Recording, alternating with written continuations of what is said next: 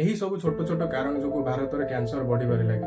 नमस्कार, मु चंद्राज गोटे इंपोर्टाट टॉपिक पर आलोचना करवा। साधारणतः किसी लोकंर अभ्यास रही है कि गरम तेल भाजी जातीय खाद्य को न्यूज पेपर उपर रखी खाइबार। यही गरम तेल जदि न्यूज पेपर सह लागिला तो सेतिरु इंक निर्गत होता है। यही इंक रे कौन थाए ना आमर हेवी मेटाल गुड़िक रही है जो लेड कैडमियम आ पेट्रोलियम कंपाउंड रही है।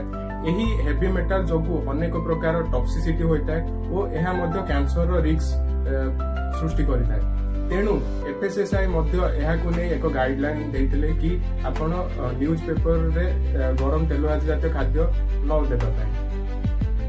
यह बदल आपण कौन करें ना आपण पत्र जातीय पात्र यूज करेंगे जहाँ फल परिवेश किसी क्षति हेबनी और आमर जो न्यूज पेपर रही प्रोड्यूस करने अनेक गछ कटा होता है। यही गछ कटा जदि आम रिसाइक्लिंग करदे न्यूज पेपर को तो गछ कटा अनेक मात्रा कमिज। तेणु आपण पत्र जातीय पात्र यूज करंतु। आउ जो बड़का न्यूज पेपर रोचे तेल भाजी न देबारे यूज करी ताकू आपण रिसाइकल पाई कबाड़ी वाला को बिक्री करंतु जहाँ द्वारा गछ कटा मध्य कम हेबो।